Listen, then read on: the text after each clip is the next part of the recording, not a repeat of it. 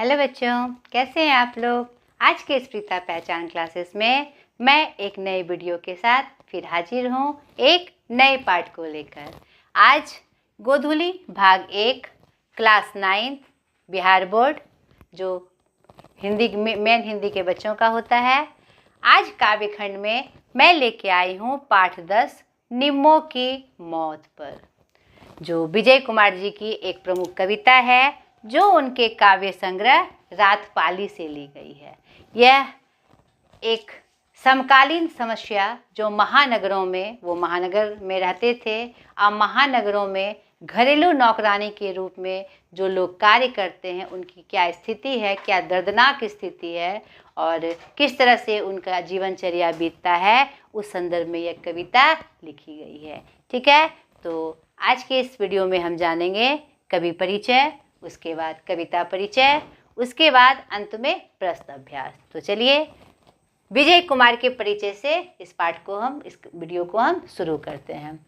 विजय कुमार समकालीन हिंदी नई कविता के प्रमुख रचनाकार। इनका जन्म 11 नवंबर 1948 मुंबई में हुआ। इनकी शिक्षा MA PhD हिंदी से मुंबई से हुई।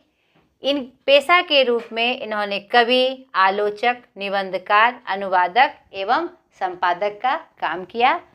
इनकी प्रमुख रचनाएं, इनके 3 कविता संग्रह मुख्य रूप से हमें प्राप्त हैं। इसके अलावा विभिन्न पत्र पत्रिकाओं में इनकी जो लेख चर्चित रूप से प्रकाशित होते हैं, अनेकों लेख जो समकालीन समस्याओं पर आधारित होते हैं। ठीक है, तो इनकी प्रमुख रचनाओं में दोपहर 1969 जो पहली कविता थी उनकी, जो धर्मयुग पत्रिका में प्रकाशित हुई। अदृश्य हो जाएगी सूखी पत्तियां 1981 जो उनका पहला कविता संग्रह था।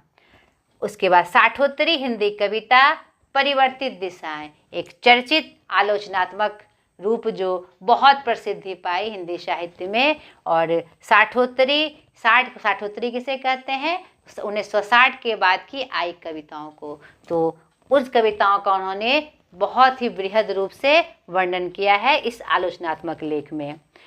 अंधेरे में पानी की आवाज़, यह रंग भेद के विरुद्ध अफ्रीकी कविताओं का अनुवाद है। तो और भी विभिन्न भाषाओं का जो समकालीन समस्याओं को उद्भासित करती थी उनका भी उन्होंने अनुवाद किया है। वे 1971 से 1975 तक नव भारत टाइम्स मुंबई के उपसंपादक रहे। ठीक है, तो आज भी वह अपनी रचनाओं से हिंदी साहित्य को एकदम उज्ज्वलता प्रदान कर रहे हैं। तो इनके परिचय को हमने जाना। अब कविता परिचय में हम जाने कि निम्मों की मौत पर के माध्यम से वह और कौन सा रूप हमें दिखा रहे हैं और कौन सा संदेश हमें दे रहे हैं। चलिए आइए अब कविता के बारे में जानें कि विजय कुमार जी इस कविता के माध्यम से कौन सी बात हमें बता रहे हैं और किस प्रकार का संदेश हमें प्राप्त हो रहा है।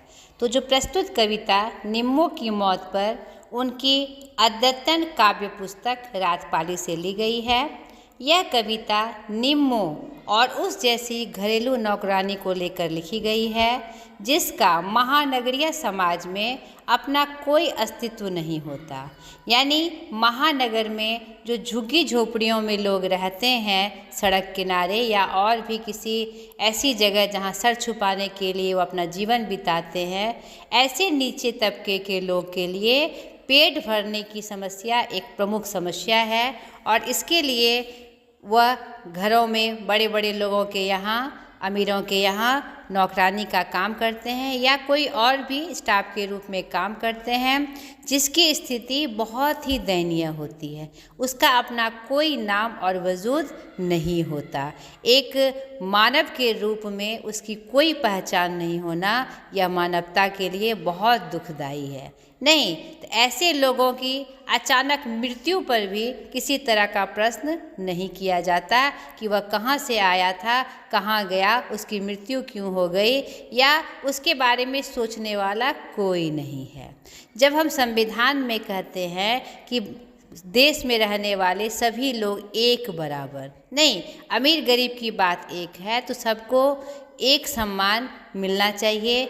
मनुष्य रूप में अगर वह आया है तो कम से कम उसे इतना सम्मान दिया जाए, उसके आवश्यकताओं की जो मूलभूत आवश्यकता है कम से कम उसकी पूर्ति की व्यवस्था देश में किसी न किसी रूप में होनी चाहिए। इसी की तरफ विजय कुमार जी हमारा ध्यान आकर्षित करते हैं इस कविता के माध्यम से। मुंबई जैसे महानगर में भी कवि की दृष्टि समाज के अभावग्रस्त व्यक्तिजन के प्रति एकाग्र दिखलाई पड़ती है। ये बड़े शहर में रहते हैं, लेकिन उनका जो कवि मन है, समाज में ये जो फैली जो दुविधा है और ये जो व्यवस्था है उसके प्रति वह चिंतित दिखाई पड़ते हैं। और उनकी कविताएं संवेदनशील और अंतर्मुखी कवि के व्यक्तित्व की कविताएं हैं, जो इस कविता के माध्यम से हमें उनका परिचय प्राप्त हो जाएगा। इसमें कवि की मानवीय संवेदना का पता चलता है। हम कितने भी बड़े हो जाएं, लेकिन हमें ज़मीन नहीं भूलनी चाहिए कि हमने इसी धरती पे खड़ा होना सीखा है। हमारा जो जुड़ाव है धरती पे होना चाहिए, नहीं तो हमारे आसपास जितने भी लोग हमारे साथ रहते हैं, चाहे वह जिस रूप में हैं, वह हमारे अंग हैं, हमारे समाज के अंग हैं। समाज किससे बना है? हमसे बना है। तो उनकी जो स्थिति है उसको ऊपर उठाने की कोशिश हम उन सब व्यक्तियों को करनी चाहिए जो कहीं ना कहीं हम सक्षम हैं। ठीक है, इसी की तरफ कवि हमारा इशारा कर रहे हैं। चलिए कविता की पंक्तियों के माध्यम से इसे और स्पष्ट रूप में जानें। निम्मों की मौत पर वह भीगी हुई चिड़िया की तरह फुरफुराती थी। भीगी हुई चिड़िया का यहाँ पर उन्होंने संकेत दिया है। उस निम्मों को भीगी हुई चिड़िया बेचारी ऐसा मतलब प्रतीत होती है कि एकदम डरी हुई, सहमी हुई, फुरफुराती थी। यानी कि वर्षा के जल से या किसी भी जल से भीगी हुई चिड़िया को आप देखिएगा जैसे कि उसका कोई घरौंदा नहीं हो, जाने कहाँ अपने सर छुपाए। वह सर छुपाने के लिए इधर उधर फुदकती फिरती है, फुरफुराती फुरती है, ताकि उसे कहीं शरण मिल जाए। तो उनकी तुलना वह भीगी हुई चिड़ियों की तरह कर रहे हैं। हम जानते थे अंधेरे कोने में दुबक एक सूखी रोटी और 3 दिन पुराना साग वह चोरों की तरह खाती रही कई बरस। कितनी संवेदनशील यह पंक्ति है। कवि कह रहे हैं उसकी क्या स्थिति है कि उसे जो भोजन नसीब होता है वह भी क्या, एक सूखी रोटी, यानी कुछ भी एकदम सूखी रोटी और 3 दिन का पुराना साग, यानी 3 दिन पुरानी सब्जी उसे मिलती है। और वह भी उसे कैसे खाती है? चोरों की तरह। वो भी एक दिन की वह बात नहीं है, कितने दिनों से, कितने वर्षों से वह ऐसा ही खाना खाने को विवश है, क्योंकि उसे पूछने वाला कोई नहीं। जो नौकरानी मालिक को सारे काम करके देती है, अच्छा भोजन बना के देती है, हर तरह से सुविधाएं देती है, उसकी ऐसी हालत क्यों? क्या वह मानव नहीं है? एक मानव के साथ ऐसा व्यवहार कैसे कर सकता है? इस तरफ कभी हमारा इशारा कर रहे हैं कि उसे भोजन भी नसीब नहीं है। एक सूखी रोटी वह चोरों की तरह खाती है कि कहीं उस पर कुछ और काम का लोड ना आ जाए या खाते देकर कोई मुझे डपट ना कर दे, क्योंकि पेट की आग जो है वह नहीं मानती। इसीलिए उसे विवश है वही सूखी रोटी खाने का और 3 दिन का बासी सब्जी खाने के लिए वह विवश है। नहीं, आगे की पंक्तियाँ देखिए। सालों साल उसने चिट्ठी नहीं लिखी अम्मा को, टेलीफोन के पास उसका फटकना निषिद्ध था। उसने अपने घर वाले को, माँ को, सालों साल तक चिट्ठी नहीं लिखी, क्योंकि वह अपनी दुर्गति जानती है, अपनी अवस्था जानती है कि हमारा कहीं भी कोई सहारा नहीं है। अम्मा को चिट्ठी लिखने से ही क्या फ़ायदा? अम्मा क्या कर सकती है? कुछ नहीं कर सकती है। वह ऐसे जीवन को ही अपनी नियति मानकर उसमें जीने को मजबूर है। तो ऐसी दर्दनाक स्थिति क्यों? एक तरफ मानव की ऐसी दुर्गति क्यों? इस तरफ कभी हमारा इशारा कर रहे हैं। और टेलीफोन के पास फटकना, उसके मालिक के पास टेलीफोन है, सब सुविधाएं हैं, लेकिन उसके पास फटकना यानी उसके पास जाना भी उसे मना है। एक घरेलू नौकरानी या स्टाफ हमें सारी सुख सुविधाएं देता है, तो हम छोटी छोटी चीज़ों से उसे वंचित क्यों रखते हैं। वह एक सदस्य की तरह हमारे परिवार में होता है, लेकिन हम उसे कोई भी महत्व नहीं देते हैं। ऐसी स्थिति क्यों? यहाँ पर बड़ा ही संवेदनशील प्रश्न हमारे सामने कवि छोड़ रहे हैं। हमें मालूम था, आगे की पंक्तियाँ, हमें मालूम था लानतों, गाली, लात, घूसों के बाद लेटी हुई ठंडे फर्श पर गए रात जब उसकी आंखें मूंदती थी, एक कंपन पूरी धरती पर पसर जाता था। उसकी थमी हुई हिचकियाँ उसके पीहर तक चली आती थी। यानी कि उसकी स्थिति इतनी खराब थी, उसे रोज़ बातें सुनाई जाती थी। लानत मतलब कि कुछ ना कुछ गलत बात उसे सुनाई जाती थी, गालियाँ दी जाती थी उसके करनी पे, यानी करनी पे मतलब कि कुछ भी करे तो उसे हीन समझा जाता था और हीन समझकर उन्हें बड़ी बड़ी बातें सुनाई जाती थी, कड़ी कड़ी बातें सुनाई जाती थी, उसे गालियाँ दी जाती थी और लात घूसे भी दिए जाते थे। उसका कोई दोष नहीं है, उसका सिर्फ यही दोष है कि वो आपके घर की नौकरानी है, उसका कोई अस्तित्व नहीं, उसका कोई वजूद नहीं। मूलभूत आवश्यकताओं की पूर्ति जो हमारा भोजन, वस्त्र, आवास है, उसको जुटाने की भी उसकी ताकत नहीं है, इसलिए वह ऐसी स्थिति को झेलने के लिए मजबूर है। तो सामने वाला क्या उसकी स्थिति का, उसकी मजबूरी का नाजायज़ फ़ायदा उठाना चाहता है? शायद यही सही है, इसलिए हम उसके साथ ऐसा व्यवहार कर चले जाते हैं। वह मार खाती है, घुसे लगते हैं और सब खाकर वह ठंडे फर्श पर, यानी बिस्तर भी उसे नसीब नहीं है, ठंडे फर्श पर वह रात में अपनी आंखें मूंदती है तो अपनी दुर्दशा का जो कंपन है, उसके रोने का जो कंपन है पूरी धरती पर पसर जाता है और रोते रोते जो उसकी हिचकियाँ बंध जाती है उसके मायके तक चली जाती है, लेकिन कोई इसका परिणाम नहीं निकलता है, क्योंकि वो उसके परिवार वाले उसे घरेलू नौकरानी के रूप में जो भेजते हैं तो उसके परिवार की भी मजबूरी है। नहीं, कोई उपाय नहीं है, पेट भरने का कोई उपाय नहीं है। उसे अपनी नियति समझकर, अपना भाग्य समझकर वह ऐसा जीवन जीने को मजबूर है कि हम तरह के इस तबके के लोग का यही जीवन होता है, यह जीवन का यही रूप जानती है। उसे पता ही नहीं है कि दुनिया इतनी बड़ी है, इतनी खूबसूरत है, ऐसी ऐसी सुविधाएँ हैं या ऐसी ऐसी बात है, उसे कुछ ही नहीं पता है। उसे वो अपना जीवन को ऐसा ही मानती है कि जीवन ऐसा ही होता है।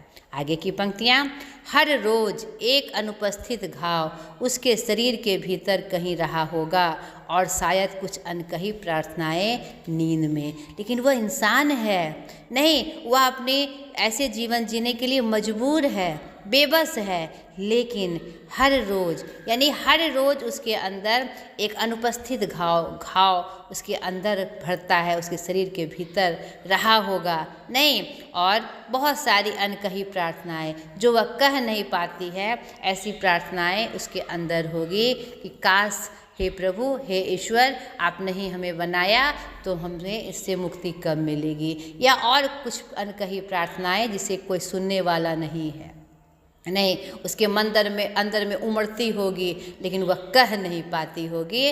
बहुत सारी ऐसी प्रार्थनाएं वह नींद में जरूर करती होगी। यह शरीर जो 30 बरस से इस दुनिया में था, आगे की पंक्तियों में कवि बता रहे हैं कि वह कितने बरस की थी, 30 बरस की थी इस दुनिया में, और 30 बरस उसे रहना था यहाँ। नहीं, नॉर्मल आज के समय में एक मानव का जो पूरा जीवन लगभग कितना होता है, 60 वर्ष का होता है। जनरली 60 वर्ष तक एक आयु रेखा खींची गई है, इतना तक इंसान नॉर्मली जीता ही जीता है। आकस्मिक घटनाओं के बाद अगर वो मृत्यु हो जाती है तो वो अलग बात है, लेकिन नॉर्मल जो हमारा एज लिमिट है कि 60 साल तक नॉर्मली हम जीते हैं। नहीं, तो वह 30 बरस से इस दुनिया में इस कष्ट को, इस दर्द को झेल रही थी, उसके पास कोई उपाय नहीं था, वह मजबूर थी। आगे की अंतिम की पंक्तियाँ एकदम झकझोर देने वाली, पर एक दिन रेत की दीवार की तरह गिरी, वह सहसा उसके चले जाने में भी कोई रहस्य नहीं था। और इस दुर्गति वाले जीवन को जीते जीते, इस कष्ट वाले जीवन को ढोते ढोते अचानक वह रेत की दीवार की तरह गिर पड़ती है। रेत की दीवार भरभरा के गिर पड़ती है तो उसकी उसकी कमज़ोर काया, मन भी कमज़ोर, तन भी कमज़ोर, हृदय भी कमज़ोर, हर तरह से कमज़ोर होती हुआ रेत की दीवार की तरह सहसा गिर जाती है, उसकी मौत हो जाती है। लेकिन उसकी मौत होने के बाद भी, मौत एक अजीब घटना है नहीं, सबसे बड़ी घटना है। किसी के जीवन में मौत का होना एक बड़ी घटना है नहीं, सब कुछ खत्म हो जाना। लेकिन उसके चले जाने पर भी किसी को कोई विशेष प्रभाव नहीं पड़ता, क्योंकि समाज में उसकी उपस्थिति ज्ञात ही नहीं है कि ऐसे भी लोग हैं, यानी उसका कोई वजूद नहीं, कोई अस्तित्व नहीं। वह चुपचाप जीवन में आई थी और चुपचाप ही अपने जीवन को लेकर चली जाती है, अनकहे प्रार्थनाओं के साथ, अनकही बातों के साथ, अनकहे कष्टों को बिना कहे। तो यह बहुत ही दर्दनाक स्थिति और ही बहुत ही संवेदनशील यह रूप जो महानगरों में काम करने वाली घरेलू नौकरानियों का है, यह बहुत गंभीर समस्या है। अगर ऐसा ही बना रहा तो एक पक्ष जो जीवन को कहते हैं कि अमूल्य है, वरदान है, वह क्या मानेगा? अभिश्राप मानेगा। क्या मानवता की बहुत ही उल्टी तस्वीर है जिसे दूर करनी पड़ेगी। नहीं तो ये कविता मैंने आपको बताई और प्रसंग भी बताया मैंने, तो आप इसका भावार्थ अच्छे से लिखिएगा। अब चलिए छोटा सा अभ्यास है, मैं अभ्यास भी आपको बता दूं।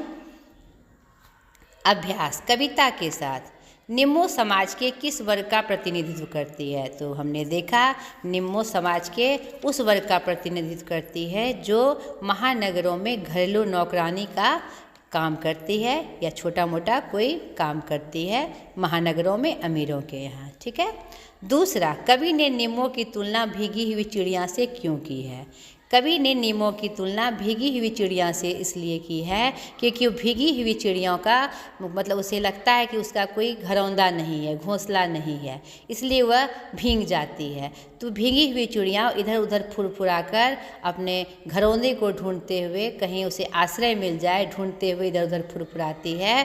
तो उसी तरह यहाँ पर निम्मो की स्थिति है, उसका अपना कोई अस्तित्व घरौंदा नहीं है, वह अपने शरण लेने के लिए एक घर से दूसरे घर काम की तलाश में फुरफुराती है, जाती है और कहीं भी उसका कोई आश्रय, निश्चित आश्रय ठिकाना नहीं है, इसलिए कभी उसकी तुलना भीगी हुई चिड़िया से करते हैं।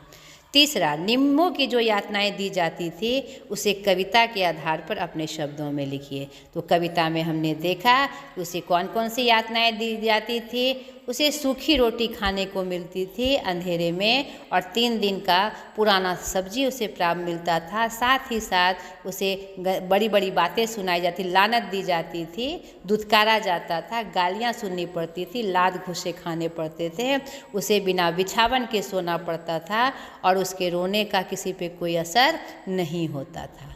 इस तरह की यातनाएं उसे झेलनी पड़ती थी। चौथा, उसकी थमी हुई हिचकियाँ उसके पीहर तक चली आती थी। तो कवि का क्या अभिप्राय है? यानी मार खाने के बाद यह पंक्ति, प्रस्तुत पंक्तियाँ हमारे पाठ्य पुस्तक निम्मो की मौत पर कविता से ली गई है, जिसके कवि विजय कुमार जी हैं। ये इस पंक्ति के माध्यम से कवि इस कविता में एक घरेलू नौकरानी जो महानगर में काम करती है उसके अस्तित्व की चर्चा कर रहे हैं। उसी क्रम में यह पंक्ति आई है कि जब वह मार खाती थी, उसे गालियाँ दी जाती थी, उसे उसका तिरस्कार किया जाता था, तो वह बेबस थी, वह किसी से यह बात नहीं कह सकती थी। चुपचाप रोना और ठंडे फर्श पर पड़कर अपने भाग्य को कोसने के अलावा उसके पास कोई उपाय नहीं। वह कांपती थी, रोती थी और उसकी हिचकी भी बन जाती थी, लेकिन उसको ये हिचकियाँ उसके पीहर तक चली जाती थी, नहीं उसके मायके तक चली जाती थी, लेकिन कोई उपाय उसके पास नहीं था। पीहर में भी उसकी मजबूरियां थी कि ऐसी स्थिति से उसे उबार सके, उसे ऐसा ही जीवन जीना, उसे उसकी वह सोचती थी यही मेरा भाग्य है। तो कवि का अभिप्राय है कि मायके तक पहुंचने के बाद इतना कष्ट था, इतना लंबा था उसका दर्द, उसकी हिचकियाँ, उसके दर्द बहुत लंबा था, एक जगह से दूसरी जगह तक फैल जाए, बहुत बड़ा था। कवि का यही अभिप्राय है।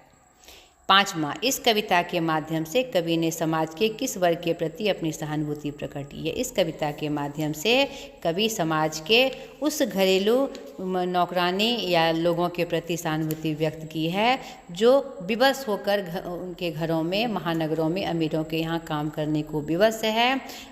मूलभूत आवश्यकता यानी भोजन मिलना भी जिसके लिए दुश्वार है, तो उसके प्रति उन्होंने सहानुभूति प्रकट की है।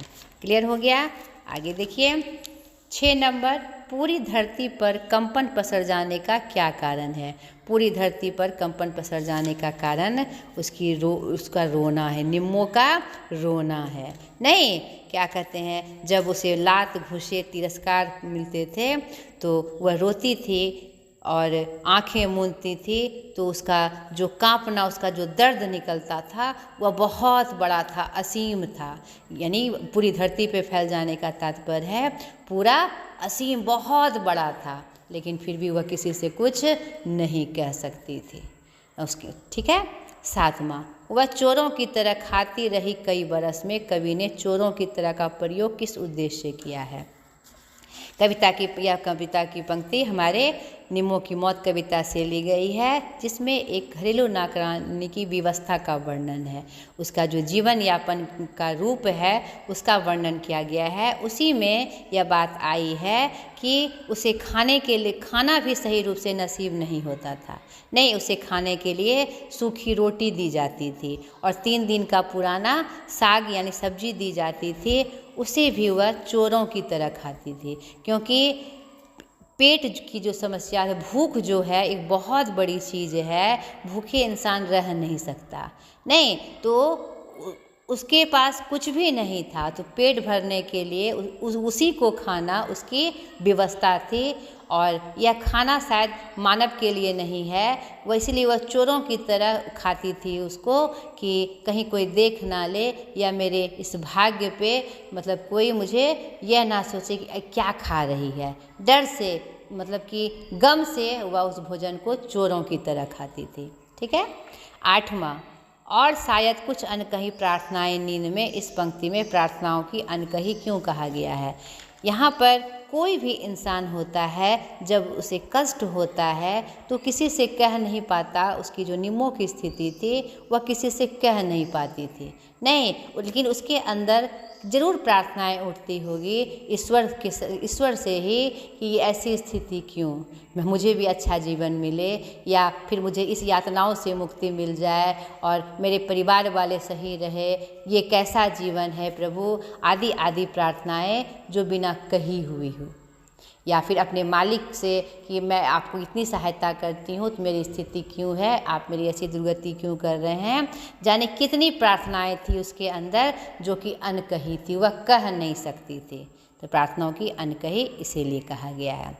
9 नंबर, और 30 बरस उसे रहना था, यहाँ कहकर कवि हमें क्या बताना चाहता है? तो यहाँ पर मैंने अभी तुरंत इसको स्पष्ट किया कविता की पंक्ति के माध्यम से। और 30 बरस रहना था उसे, यहाँ यानी कि इंसान की जो मैक्सिमम आयु है लगभग 60 वर्ष है, तो 30 बरस की वह थी और 30 बरस में ही उसकी मृत्यु हो जाती है। तो 30 वर्ष उसे और रहना था, यानी लेकिन उसकी स्थिति इतनी खराब थी, उसे भोजन नसीब नहीं था, ऊपर से उसे काम करना पड़ता था, लात घूंसे पड़ते थे, लेकिन इसीलिए वह 30 बरस की कम आयु की अवस्था में ही उसकी मृत्यु हो जाती है। कवि यही बताना चाहता है। ठीक है। 10 नंबर, रेत की दीवार की तरह सहसा गिरने की क्या वजह हो सकती है? रेत की दीवार की तरह सहसा गिरने का मतलब है अचानक से मौत हो जाना। उसके शरीर में कमजोरी थी, कष्ट था नहीं, क्योंकि उसकी स्थिति इतनी खराब थी, उसे सही रूप से भोजन भी नसीब नहीं था, तो वह कितने दिनों तक चलती। नहीं, जैसे रेत की दीवार धड़धड़ा के गिर जाती है, भरभरा के गिर जाती है, तो उसकी कमज़ोर काया उसका साथ छोड़ देती है और उसकी मौत भी एकदम सहसा गिरने से अचानक से हो जाती है। 11, निम्मों की मौत पर शीर्षक कहाँ तक सार्थक है, तर्क सहित उत्तर दे। यानी कि यहाँ पर निम्मों की मौत जो शीर्षक इस कविता का है वह बिल्कुल सटीक है। कवि जो संदेश हमें दे रहे हैं, जिस बात की तरफ हमारा इशारा कर रहे हैं, जिस संवेदना को हमारे अंदर जगा रहे हैं कि एक घरेलू नौकरानी जो महानगर में काम करती है उसकी मौत हो जाती है, लेकिन किसी को भी उससे कोई असर नहीं होता, यानी मतलब मौत तक पहुंच जाती है लेकिन उसकी दुर्दशा को देखने वाला कोई नहीं है। तो निम्मो की जो मौत हुई है, जो मौत एक बहुत बड़ी घटना है मानव जीवन की, उसकी मौत पर भी अगर ये प्रश्न चिन्ह हमारे सामने नहीं आए, संसार का यह रूप नहीं दिखे, मानवता का यह रूप नहीं देखे, एक वर्ग का जो कष्ट है समाज में वह नहीं देखे और हम उस पर नहीं सोचे, तो वह बेकार है। नहीं, इसीलिए ये शीर्षक बिल्कुल सार्थक है और यह हमें बहुत ही संवेदनशील मैसेज हमें देती है। ठीक है। 12 नंबर, यह शरीर जो 30 बरस से इस दुनिया में था और 30 बरस उसे रहना था यहाँ निम्बो का कौन सा दर्द अभिव्यक्त होता है। प्रस्तुत पंक्ति हमारी पाठ्य पुस्तक निम्मो की मौत से कविता पे ली गई है, जिसके कवि विजय कुमार जी हैं। यह अंतिम की पंक्तियां हैं इस कविता की, जिसमें निम्मो की मौत के बारे में बताया गया है कि वह मात्र 30 बरस की थी। मैक्सिमम जो मनुष्य का जीवन काल होता है 60 वर्ष का होता है, लेकिन उसकी इतनी दयनीय स्थिति थी, इतना खराब जीवन चर्या था उनका कि वह 30 बरस में ही मर जाती है, कष्ट से मर जाती है, जबकि उसे 30 बरस और जीना चाहिए था नॉर्मली जो हम जीते हैं। यहाँ पर निम्मो का यही दर्द कवि अभिव्यक्त कर रहे हैं। कविता के आसपास कुछ गतिविधि है, इसे आप जरूर करिए। इसे करने से आपको जो विषय वस्तु के प्रति जानकारी है, जो ज्ञान है, वह बढ़ता है। मैं बार बार यह कहती हूँ कि इस तरह की एक्टिविटीज़ ज़रूर करनी चाहिए। तो चलिए मैं आती हूँ अब भाषा की बात की तरफ। पहला, निम्नलिखित शब्दों के वचन बदले। वचन से क्या पता चलता है? जो संज्ञा या सर्वनाम की संख्या बताए। वचन कितने होते हैं? 2, एक वचन और बहुवचन। अगर इस तरह का प्रश्न आए तो एक वचन में अगर शब्द रहे तो उसे बहुवचन में बदला जाता है, बहुवचन में रहे तो एक वचन में बदला जाता है। चिड़िया, चिड़ियों। रोटी, रोटियां। गाली, एक वचन में है, गालियां। रात, रातें।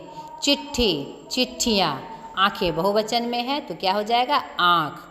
हिचकियाँ बहुवचन में है, क्या हो जाएगा? हिचकी। प्रार्थनाएं बहुवचन में है, क्या हो जाएगा? प्रार्थना। क्लियर हो गया? दूसरा, निम्नलिखित शब्दों के विलोम रूप लिखिए।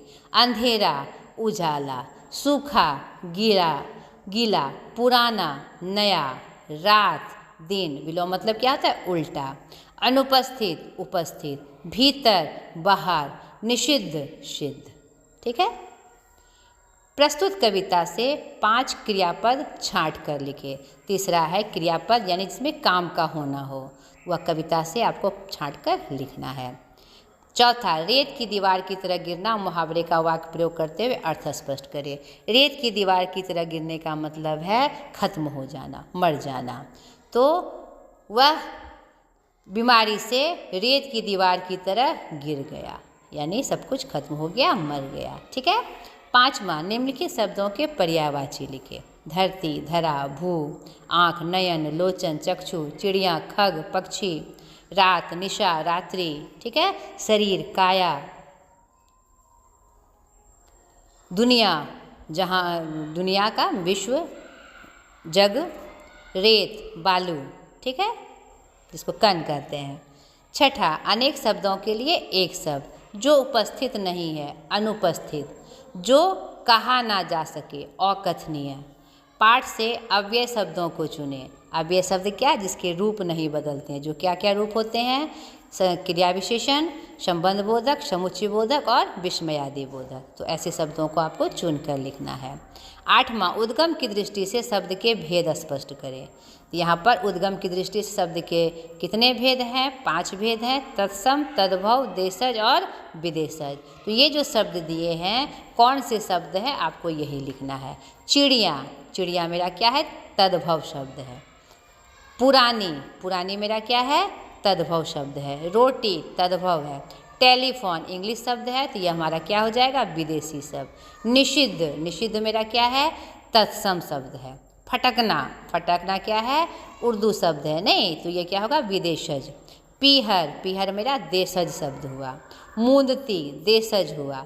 दुनिया, दुनिया क्या है हमारा तत्सम शब्द है। शायद, शायद क्या है मेरा विदेशज शब्द है। सहसा, सहसा मेरा क्या है तत्सम शब्द है। ठीक है। तत्सम क्या होता है जो संस्कृत से सीधे हिंदी में प्रयोग हो। तद्भव क्या होता है जो रूप परिवर्तन करके हम हिंदी में प्रयोग करते हैं। देशज जो देसी भाषा में हम बात करते हैं। विदेशज जो विदेशों से भाषा आई है। और संकर क्या होता है मिश्रित भाषा, यानी ये दो भाषा, जैसे रेल इंग्लिश में हुआ, गाड़ी हिंदी में हुआ रेलगाड़ी। रेलगाड़ी मेरा क्या है संकर शब्द है। तो ये आपका व्याकरण पोर्शन भी समाप्त हुआ। आशा करती हूँ मैं आपकी सहायक हुई होंगी। अगले वीडियो में सिर्फ फिर एक नए पाठ के साथ मैं हाजिर होंगी। आज तक के लिए इतना ही, बाय।